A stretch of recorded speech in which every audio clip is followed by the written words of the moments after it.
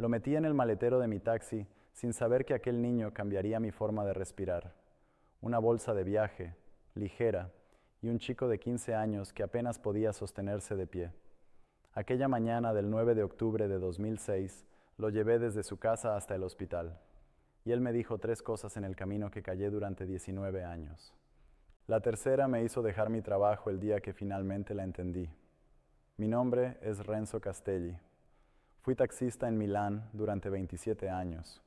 Conduje más de 40.000 carreras por esas calles y la única que recuerdo entera, minuto a minuto, fue la más corta de todas. No creía en milagros. Creía en el motor, en el reloj, en el dinero que cabía en la guantera al final del turno. Vivía solo en un piso de la Vía Pacini, con una cafetera que silbaba demasiado y una radio que no apagaba nunca. Pero ese chico me dijo algo que no violó ningún secreto, porque no era cura ni confesión. Me lo dijo con la cara apoyada en la ventanilla, mirando la ciudad pasar. Y lo que me dijo, combinado con lo que encontré 14 años después, dentro de un sobre que él mismo me pidió que no abriera, me dejó de rodillas en el suelo de un hospital. No el suyo, otro, en otra ciudad, exactamente donde él me había dicho que ocurriría. 19 años callé. Tenía miedo de que me tomaran por loco. Tenía miedo de mí mismo. Hoy lo cuento todo, porque ya no me importa lo que piensen, y porque me queda menos tiempo del que tuve. Déjenme empezar por el principio, porque si no, no van a creer el final. Yo había heredado el taxi de mi padre. Él conducía el mismo coche, una vieja licencia que pasó de sus manos a las mías sin que yo lo pidiera demasiado. La fe la perdí a los 14, el día que enterramos a mi madre y el cura llegó tarde al funeral. Desde entonces, para mí, las iglesias eran edificios bonitos donde otros perdían el tiempo. Comía siempre lo mismo, pan con mortadela en el asiento del conductor, entre carrera y carrera, sin bajar nunca a un restaurante, porque eso era tiempo muerto. La llamada entró a las 7:20 de la mañana, no por la central. Fue una señora la que me paró en la calle, en la zona de Porta Vittoria, golpeando mi ventanilla con los nudillos. Tenía los ojos rojos, pero la voz firme. Me dijo que necesitaba un coche tranquilo, sin prisas, para llevar a su hijo a una clínica, que el chico estaba muy débil y que por favor condujera con suavidad. Le dije que subiera. Pensé que era una carrera más. El chico bajó del portal apoyado en el brazo de un hombre, su padre supuse. Caminaba despacio, midiendo cada paso, como si el suelo pudiera moverse.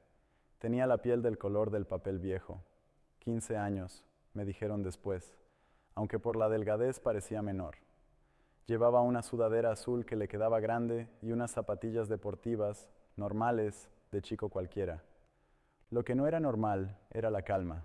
Se sentó atrás, se abrochó el cinturón, él solo, con dificultad, y me sonrió por el espejo retrovisor, como si fuera él quien me estuviera haciendo un favor a mí. La madre se sentó a su lado.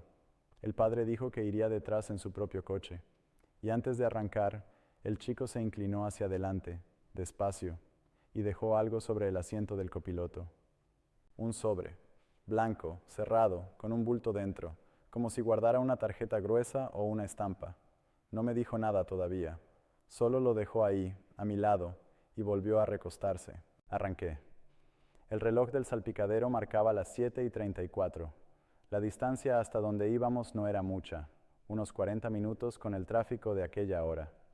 Encendí el intermitente y me metí en la avenida. Por el espejo veía a la madre que le acariciaba la mano. El chico miraba por la ventana con una atención rara, como si quisiera memorizar cada fachada. A los pocos minutos me habló por primera vez. Me preguntó mi nombre. Se lo dije, Renzo. Él me dijo el suyo y al principio no le di importancia. Carlo. Me preguntó cuántos años llevaba conduciendo y le contesté que demasiados. Se rió bajito. Tenía una risa suave, sin fuerza, pero limpia. Y entonces, mirando el sobre que estaba a mi lado, me dijo lo primero de las 3 cosas que me iban a perseguir el resto de mi vida. Me dijo que dentro de ese sobre había algo para mí, pero que no lo abriera ahora, que lo guardara, que un día sabría cuándo era el momento, y que ese día estaría en un lugar que todavía no conocía, ayudando a alguien que todavía no había nacido. Le pregunté de qué hablaba. Pensé que la fiebre lo confundía, pero su voz estaba clara, completamente clara, sin temblor. Y la señora, su madre, me miró por el espejo y no dijo nada, como si ya estuviera acostumbrada a que su hijo hablara de esa manera. No imaginaba que esa frase tardaría 14 años en empezar a tener sentido. Seguí conduciendo. El semáforo de la Viale Umbria se puso en rojo y frené con cuidado, como me habían pedido. Por el retrovisor miré al chico otra vez. Tenía los ojos cerrados, pero no dormía. Movía los labios.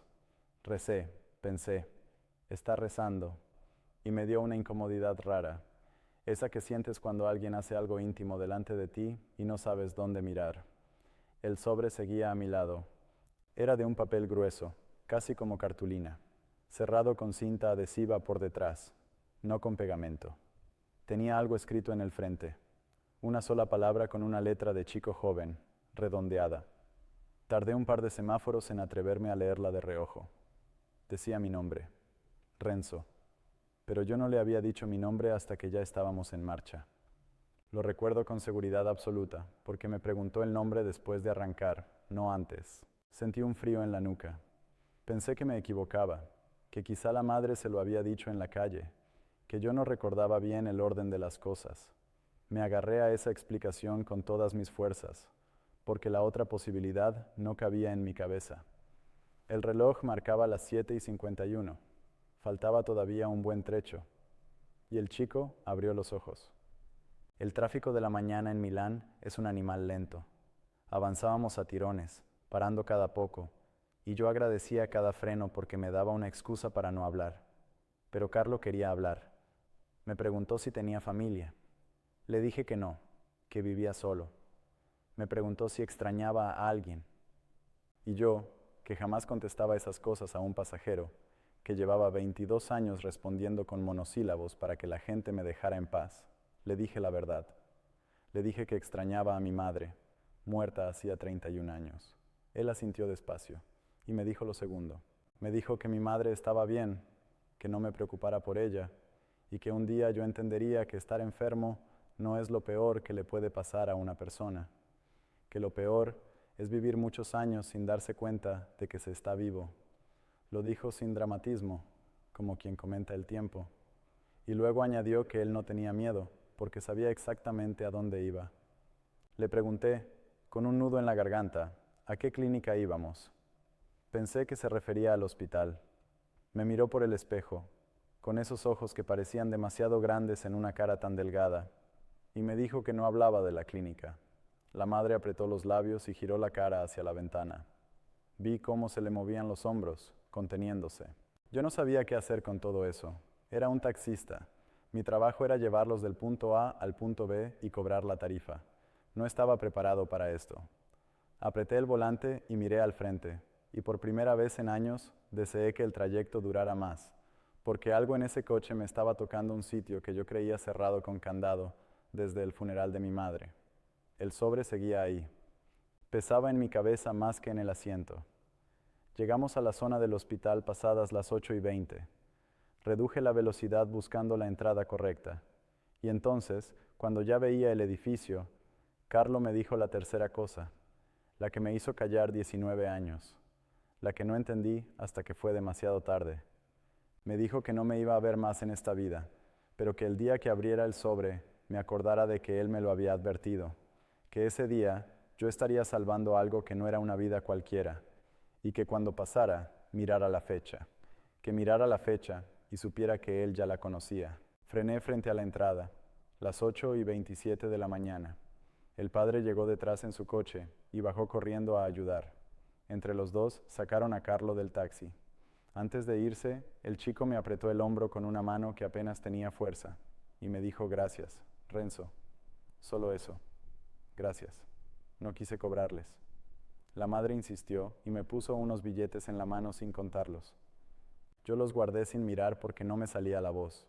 Vi cómo entraban al edificio. La sudadera azul desapareció tras las puertas de cristal. Me quedé parado, con el motor encendido, mirando ese hueco vacío durante un minuto entero, hasta que un coche detrás de mí tocó el claxon. Tomé el sobre y lo metí en la guantera. Estaba seguro de que lo abriría esa misma noche, en cuanto llegara a casa, en cuanto se me pasara el aturdimiento. No lo abrí. Cada vez que ponía la mano en él, oía su voz diciéndome que esperara, que un día sabría cuándo. Y por algún motivo que no supe explicarme entonces, obedecí a un chico de 15 años al que había conocido durante 53 minutos.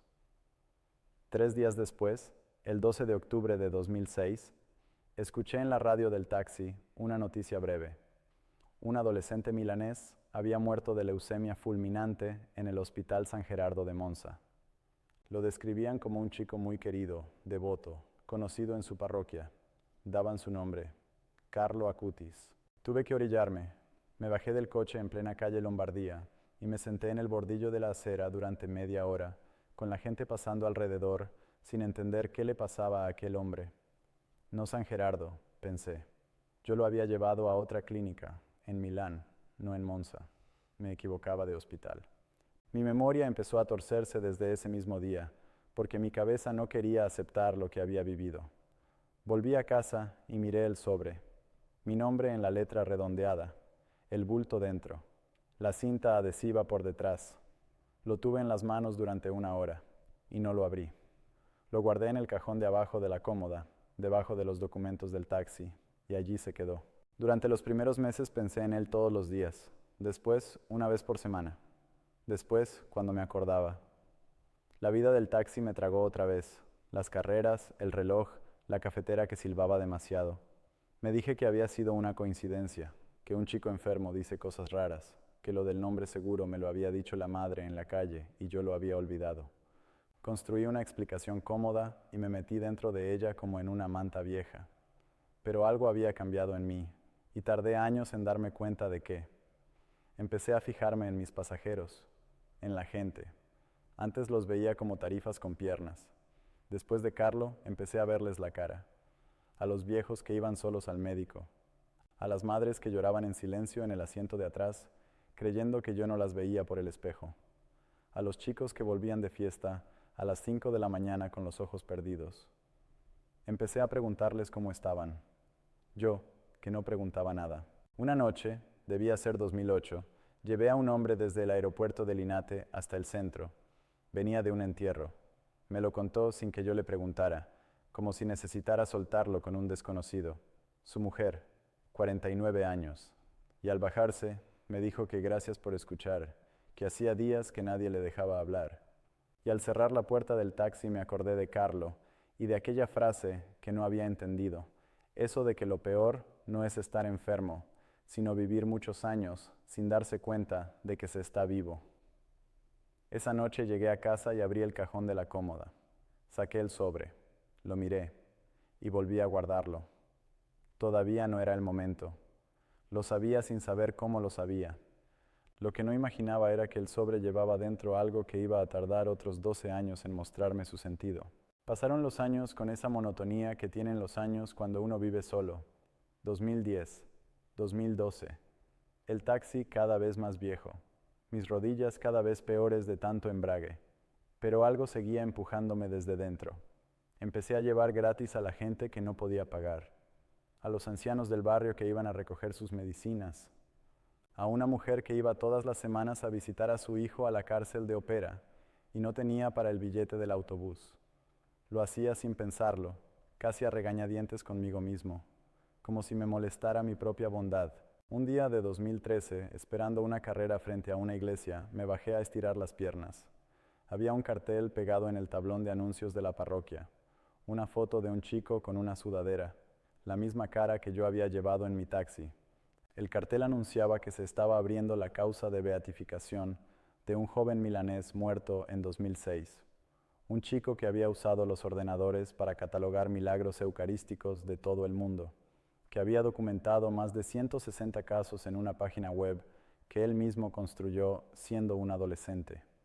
Me quedé delante de ese cartel sin respirar, el chico de mi taxi, el que me había dejado el sobre, el que sabía mi nombre antes de que yo se lo dijera. Estaban hablando de hacerlo santo. Y por primera vez en 7 años sentí miedo de verdad, porque si lo que decían de él era cierto, entonces lo que me había dicho en mi taxi no era el delirio de un chico enfermo, era otra cosa. Y yo tenía esa otra cosa guardada en un cajón, debajo de los papeles del seguro. Esa misma tarde volví a casa decidido a abrirlo.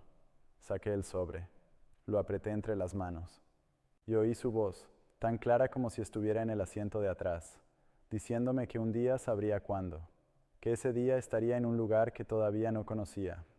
Yo estaba en mi piso de la Vía Pacini, donde llevaba 20 años.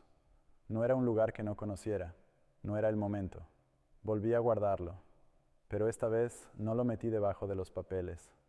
Lo puse en el bolsillo interior de mi chaqueta de trabajo, esa que colgaba detrás de la puerta. Lo llevé conmigo a partir de ese día, en el taxi, a todas partes, sin saber por qué. Si lo que acabas de escuchar te ha tocado el corazón, quiero darte algo antes de seguir. Preparé una novena a Carlo Acutis, completamente gratis, para que tú también puedas pedirle por lo que llevas dentro, por ese alguien que amas y que ahora mismo te vino a la mente. La tienes en la descripción, el primer enlace, justo debajo de este vídeo. Descárgala y rézala estos 9 días. Pero antes de contarte por qué te lo pido precisamente ahora, tengo que volver a lo que pasó cuando empecé a buscar quién había sido de verdad ese chico de la sudadera azul. Porque cuando empecé a tirar del hilo, lo que encontré fue peor que mis dudas. Esa noche, después de ver el cartel, no pude dormir. Me senté delante de un ordenador viejo que tenía lleno de polvo, uno que apenas usaba más que para imprimir las facturas del taxi, y busqué su nombre, Carlo Acutis.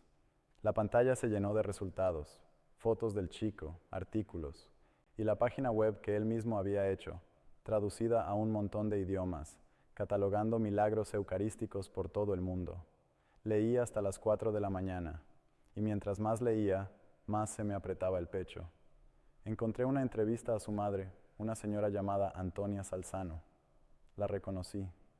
Era la mujer que había viajado en el asiento de atrás aquella mañana, la que me había puesto los billetes en la mano sin contarlos. En esa entrevista, la madre contaba cosas de su hijo que me dejaron helado. Decía que Carlo, desde muy pequeño, sabía cosas, que decía a la gente frases que después se cumplían, que una vez le había dicho a un familiar enfermo que se pusiera en paz con Dios porque pronto haría un viaje largo y esa persona murió a las pocas semanas, que tenía una sensibilidad para las personas que ella nunca había visto en nadie. Pero hubo una frase de esa entrevista que tuve que leer 3 veces. La madre contaba que en los últimos días su hijo le había dicho que ofrecía sus sufrimientos por el Papa y por la Iglesia, y que le había repetido una cosa que ella no entendió entonces.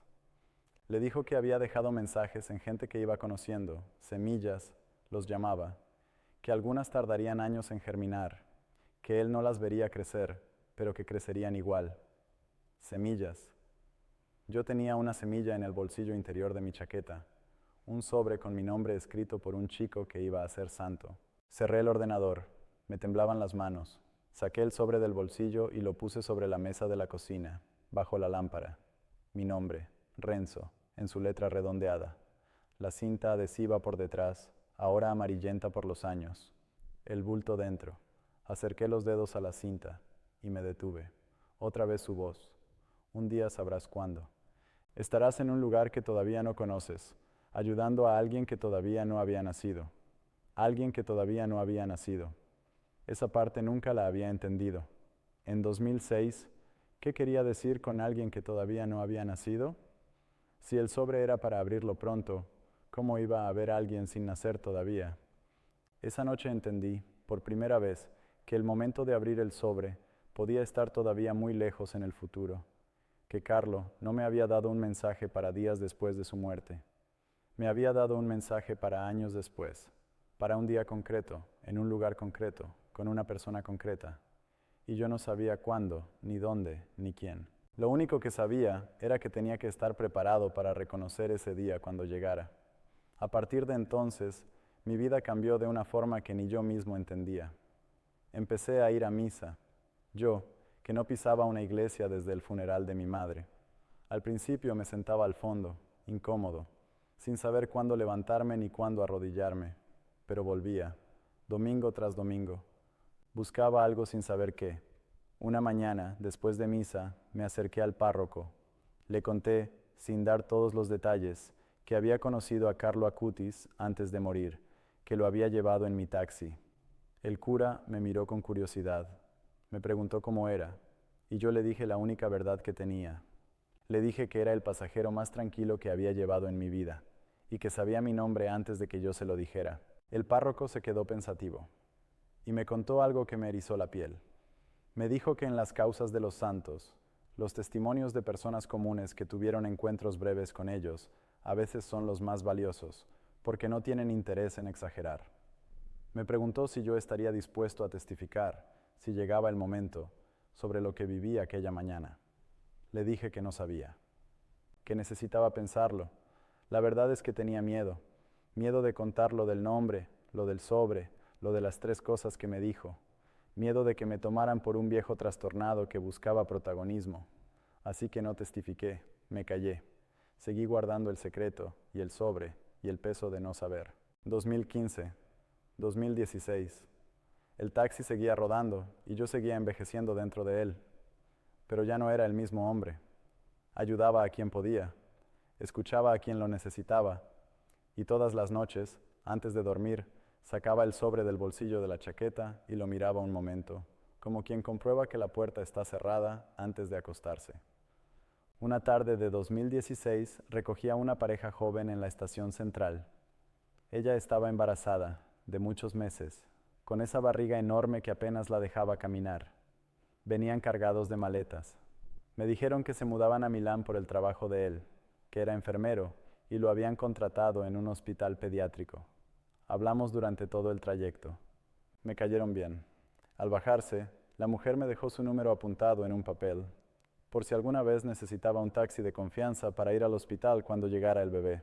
Guardé el papel en la guantera, junto a las facturas. No le di importancia entonces. Pero ese papel iba a tener un peso que yo no podía sospechar, porque la solución a mi vida monótona, esa de ayudar a la gente, de escuchar, de ir a misa, me estaba acercando sin yo saberlo al día exacto que Carlo me había anunciado. Y cuanto más cerca estaba, menos lo veía venir. Lo que descubrí poco después cambió incluso la manera en que yo entendía el sobre. Volví a la página web de Carlo, la de los milagros eucarísticos, y esta vez la leí entera, caso por caso. Más de 160 milagros documentados, de todas las épocas y todos los países. Hostias que habían sangrado, hostias que se habían convertido en tejido de corazón humano, analizado en laboratorios. Carlo había recopilado todo eso siendo un adolescente, con la paciencia de un científico y la fe de un niño. Y entonces leí algo sobre los milagros que se le atribuían a él. El primero, un niño brasileño, en Campo Grande, llamado Mateus, había nacido con una malformación grave del páncreas que le impedía comer con normalidad. En 2013, su familia rezó pidiendo la intercesión de Carlo, y el niño sanó de forma que los médicos no pudieron explicar. Ese milagro fue el que abrió el camino a su beatificación. Me quedé mirando la fecha, 2013, el año en que yo vi el cartel en la parroquia, el año en que el chico que llevé en mi taxi empezaba oficialmente el camino hacia los altares, mientras un niño que no podía comer sanaba al otro lado del mundo. Y una frase de Carlo me golpeó otra vez, ayudando a alguien que todavía no había nacido. En 2006, cuando me lo dijo, Mateus ya había nacido, pero la persona a la que yo iba a ayudar, fuera quien fuera, según sus palabras, en 2006 todavía no existía. Eso significaba que el día del sobre tenía que estar, como mínimo, 15 o 16 años en el futuro respecto a aquella mañana, es decir, alrededor de 2021 o 2022. Hice la cuenta sentado en mi cocina, con un lápiz, sobre el reverso de una factura, y se me secó la boca. Faltaban todavía 5 o 6 años para el momento que él me había anunciado. Llevaba 10 años cargando un sobre, y todavía me quedaban años por delante. Esa noche, por primera vez, recé de verdad, no las palabras aprendidas de niño. Le hablé a Carlo directamente, en voz alta, solo en mi cocina, como un loco. Le dije que no entendía nada, pero que ahí estaba, que seguía guardando el sobre, que no lo había abierto. Le pedí que cuando llegara el día, me diera la fuerza para reconocerlo. Y le pedí algo más. Le pedí que aquella persona que todavía no había nacido, naciera bien. 10 de octubre de 2020. Encendí la televisión por la mañana y vi la noticia. El Papa Francisco había beatificado a Carlo Acutis en Asís. Lo llamaban Beato. Mostraban su tumba en la Basílica de Santa María de los Ángeles, su cuerpo encontrado íntegro tras la exhumación del año anterior. Lo enseñaban con una sudadera, vaqueros y zapatillas. Las mismas zapatillas que yo le había visto subir a mi taxi. Lloré delante del televisor como no lloraba desde el funeral de mi madre. El chico de mi taxi era Beato, y yo seguía sin entender para qué me había elegido a mí, un taxista solitario que no creía en nada. Desde aquel día llevo siempre conmigo un rosario hecho en memoria de Carlo, con cuentas en forma de rosa, como las que crecían en el jardín donde su familia rezaba. No hace milagros, no es una reliquia, no quiero engañar a nadie. Es, sencillamente, mi manera de rezarle cada mañana en el taxi antes de empezar el turno. Lo dejé también en la descripción, por si tú quieres llevarlo contigo o regalárselo a alguien que ahora mismo está pasando por algo difícil. Llega a cualquier país. Pero lo que ocurrió 1 año y medio después de aquella beatificación cambió mi vida entera, y todavía me cuesta contarlo sin que me tiemble la voz, porque el día llegó, y llegó disfrazado de una llamada de teléfono cualquiera. Era marzo de 2022, una tarde gris, con esa llovizna fina de Milán que no moja pero cala. Yo estaba aparcado cerca de mi casa, comiéndome el pan con mortadela de siempre, cuando sonó el teléfono, un número que no tenía guardado. Contesté. Era una voz de mujer, asustada, con el llanto contenido. Me preguntó si yo era Renzo, el taxista. Le dije que sí. Me dijo que hacía 6 años yo había llevado a una pareja desde la estación central, que ella estaba embarazada entonces, que le había dado mi número apuntado en un papel. Tardé un segundo en recordar.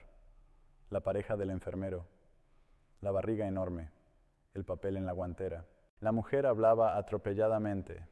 Me dijo que su hija, la niña que entonces estaba en su vientre, tenía ahora 5 años, que esa misma tarde la niña había tenido un accidente en casa, una caída grave por las escaleras, un golpe muy fuerte en la cabeza, que la ambulancia estaba colapsada por no sé qué emergencia en la ciudad y tardaría demasiado, que su marido estaba de turno en otro hospital y no llegaba, que estaba sola con la niña inconsciente y necesitaba llegar a urgencias ya, en ese instante, y que lo único que se le había ocurrido era buscar aquel papel de hacía 6 años, con el número del taxista amable. Le dije que iba para allá. Tiré el pan por la ventanilla. Encendí el motor con las manos temblando. Y entonces, mientras arrancaba, lo entendí. Una niña de 5 años, nacida en 2016 o 2017, que en 2006, cuando Carlo me habló, todavía no había nacido. Alguien que todavía no había nacido. Conduje como nunca había conducido. Crucé Milán, saltándome todo lo que pude saltarme con prudencia, tocando el claxon, con las luces de emergencia puestas. Llegué a la dirección en 12 minutos. La mujer salió del portal con la niña en brazos, una cosita pequeña y pálida, con la cabeza colgando, los ojos cerrados, un hilo de sangre seco en la sien. La acomodé en el asiento de atrás con la madre sujetándola y salí disparado hacia el hospital pediátrico más cercano. Por el espejo veía a la niña, no reaccionaba. La madre le hablaba, le rogaba que abriera los ojos, le decía su nombre una y otra vez. Y yo, conduciendo, hacía algo que no había hecho jamás en mi taxi. Rezaba en voz alta. Le pedía a Carlo. Le decía, este es el día, ¿verdad? Este es. Ayúdame, ayúdala a ella. Llegamos a urgencias en 9 minutos. Frené frente a la entrada y bajé corriendo a abrir la puerta. Entre la madre y yo sacamos a la niña. Gritamos pidiendo ayuda, y 2 enfermeros salieron con una camilla y se la llevaron dentro corriendo. La madre fue tras ellos. Yo me quedé en la puerta, con el motor todavía encendido, igual que me había quedado 16 años antes, viendo desaparecer una sudadera azul tras unas puertas de cristal. Y entonces me di cuenta de dónde estaba. Levanté la vista hacia la fachada del edificio. No era el hospital al que yo creía que me dirigía. La madre me había dado una dirección que mi navegador había recalculado por el tráfico, llevándome a un centro distinto, uno al que yo no había ido nunca en mi vida, un hospital que no conocía, un lugar que todavía no conocía. Las palabras de Carlo me cayeron encima todas a la vez. Estarás en un lugar que todavía no conoces, ayudando a alguien que todavía no había nacido. Mira la fecha. Yo ya la conocía. Me metí en el taxi y saqué el sobre del bolsillo interior de la chaqueta. Las manos no me obedecían. 19 años después de que aquella mañana arrancara mi coche con un chico moribundo en el asiento de atrás, 16 años después de su muerte, rompí la cinta adhesiva amarillenta y abrí el sobre. Dentro había una estampa, una imagen de la Virgen, de esas que se reparten en las parroquias. Y detrás, escrito con la misma letra redondeada de chico joven, había un texto. Lo leí ahí, en el asiento del conductor, con la lluvia fina golpeando el parabrisas. Decía así: Renzo, si estás leyendo esto, es porque hoy has ayudado a salvar una vida que todavía no existía cuando yo te lo dije. No fue casualidad que me tocaras a mí aquella mañana. Dios escribe derecho en los caminos más torcidos, incluso en los de un taxi. Te elegí porque vi que tu corazón estaba dormido, no muerto. Hoy ya está despierto. Gracias por llevarme. Ahora te toca a ti llevar a otros. Mira la fecha de hoy y reza un Ave María. Carlo. Y debajo, una postdata. Una sola línea, que me terminó de quebrar. Decía: hoy es un día grande para mí también, donde quiera que estés leyendo esto. Miré la fecha en el reloj del salpicadero. Era el 4 de julio de 2022. No entendí al principio por qué él hablaba de un día grande, hasta que esa noche, en casa, busqué la noticia, y la encontré. El 4 de julio de 2022, el Vaticano había reconocido oficialmente el segundo milagro atribuido a Carlo Acutis, el de una joven costarricense llamada Valeria Valverde, que se había recuperado de un trauma craneal gravísimo tras una caída. El milagro que abría la puerta a su canonización, el mismo tipo de herida que la niña que yo acababa de llevar, un golpe en la cabeza, una caída, el mismo día, el 4 de julio de 2022. Él lo sabía. En 2006, un chico de 15 años a punto de morir había escrito en una estampa que ese día sería grande para él, sin poder saber de ninguna manera humana que 16 años después, ese día exacto, el Vaticano reconocería el milagro que lo convertiría en santo. Me quedé de rodillas en el suelo de mi cocina, no de la sala, de la cocina, donde había hecho las cuentas con el lápiz años atrás. Me quedé de rodillas y lloré hasta que no me quedaron lágrimas. Y luego seguí de rodillas en silencio, mirando esa estampa, durante horas. La niña sobrevivió. Me llamó la madre 3 días después para decírmelo. Tenía una fractura y una hemorragia que los médicos lograron detener a tiempo. Me dijo que llegar 9 minutos antes había sido la diferencia entre la vida y la muerte. 9 minutos, lo mismo que tardé en llegar. Me dio las gracias llorando. Me dijo que yo había salvado a su hija. Le dije que no, que yo solo había conducido, que el que la había salvado era un chico al que llevé en mi taxi hacía 16 años. Sé lo que estás sintiendo ahora mismo, porque yo lo sentí en aquel hospital que Carlo me había anunciado sin nombrarlo, de rodillas en mi cocina con una estampa en la mano. Si después de escuchar esto quieres tener a Carlo cerca cada día, sostener algo entre las manos cuando reces por un hijo, por un nieto, por alguien que está enfermo, ese rosario del que te hablé está en la descripción, el primer enlace, debajo del vídeo. Cuentas en forma de rosa, hecho para rezar con calma, para regalar a una madre, a una hija o para ti mismo. Es una edición limitada y llega a todo el mundo. Y antes de despedirme, tengo que contarte qué hice con mi vida después de aquel 4 de julio, porque es lo que de verdad cambió todo. Porque al día siguiente de saber lo del milagro, fui a la cochera, miré mi taxi y supe que tenía que dejarlo. No fue una decisión fácil. Llevaba 27 años conduciendo ese coche. Era lo único que sabía hacer. Pero entendí que Carlo me lo había escrito clarísimo en la estampa. Ahora te toca a ti llevar a otros. Y yo entendí que ya no se refería a llevarlos en taxi. Vendí la licencia. Con lo que saqué, y con mis ahorros de toda una vida de pan con mortadela y restaurantes que nunca pisé, me presenté en la parroquia donde años antes el párroco me había pedido que testificara. El cura ya no estaba, lo habían trasladado, pero había uno nuevo, joven. Le conté toda la historia, de principio a fin. El nombre que Carlos sabía antes de que yo se lo dijera, el sobre, las 3 cosas, la niña, la fecha, el milagro. El cura me escuchó sin interrumpir durante 2 horas. Cuando terminé, Tenía los ojos húmedos. Me dijo que tenía que contarlo, que tenía que testificar formalmente, que un testimonio como el mío, aunque fuera anecdótico y no probara nada por sí solo, era exactamente la clase de huella que esos chicos santos dejan por el mundo sin que nadie se entere hasta años después. Esta vez no me callé. Testifiqué. Conté todo ante quien tenía que contarlo, con la estampa como prueba, con la letra de Carlo que un perito grafólogo comparó con sus escritos conservados.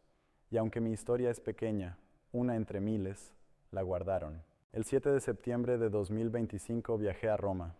El Papa León XIV canonizó a Carlo Acutis durante el jubileo. Yo estaba allí, en la plaza, entre cientos de miles de personas, con mi rosario de cuentas en forma de rosa en una mano y la estampa de la Virgen en la otra. Cuando el Papa pronunció las palabras que lo declaraban santo, San Carlo Acutis, el chico que llevé en mi taxi, el chico de la sudadera azul, sentí que me apretaba el hombro otra vez con aquella mano sin fuerza. Gracias, Renzo, solo eso. Hoy tengo 71 años. Ya no conduzco. Dedico mis días a una cosa que aprendí de un chico de 15 años en 53 minutos de trayecto. Llevo a la gente, pero ahora los llevo distinto. Trabajo como voluntario en una asociación que transporta gratis a enfermos y ancianos a sus tratamientos. Gente que no tiene cómo llegar, gente sola como yo lo estuve. Y a cada uno, antes de bajarse, le pregunto cómo está. De verdad, mirándole la cara, no por el espejo, porque Carlo tenía razón. Lo peor que le puede pasar a una persona no es estar enfermo. Lo peor es vivir muchos años sin darse cuenta de que se está vivo. Yo viví así 31 años, desde el funeral de mi madre hasta aquella mañana de octubre. Un cadáver con licencia de taxi. Y un chico moribundo, de camino a su propia muerte, me devolvió a la vida con 3 frases y un sobre que tardé 16 años en abrir. A veces me pregunto cuántas semillas más dejó por el mundo. Cuánta gente como yo anda por ahí cargando un sobre, una palabra, un gesto suyo que todavía no ha germinado. Y me da una paz enorme pensar que las huellas de ese chico están repartidas por todas partes, esperando su momento, como esperó la mía 16 años en el bolsillo de una chaqueta. Si este testimonio te ha marcado tanto como marcó mi vida, te pido una sola cosa. Suscríbete y comparte este video con alguien que necesite escucharlo, con alguien cuyo corazón esté dormido y no muerto, como estaba el mío. En este canal, seguimos recogiendo las huellas que Carlo dejó por todo el mundo. Y si quieres llevarte algo de esta historia, en la descripción tienes la novena gratuita para rezarle estos 9 días y el rosario de cuentas en forma de rosa del que te hablé. Reza, comparte y mantén viva su memoria. Carlo decía que la Eucaristía era su autopista al cielo. Las huellas del cielo están en todas partes. Solo hay que saber mirar.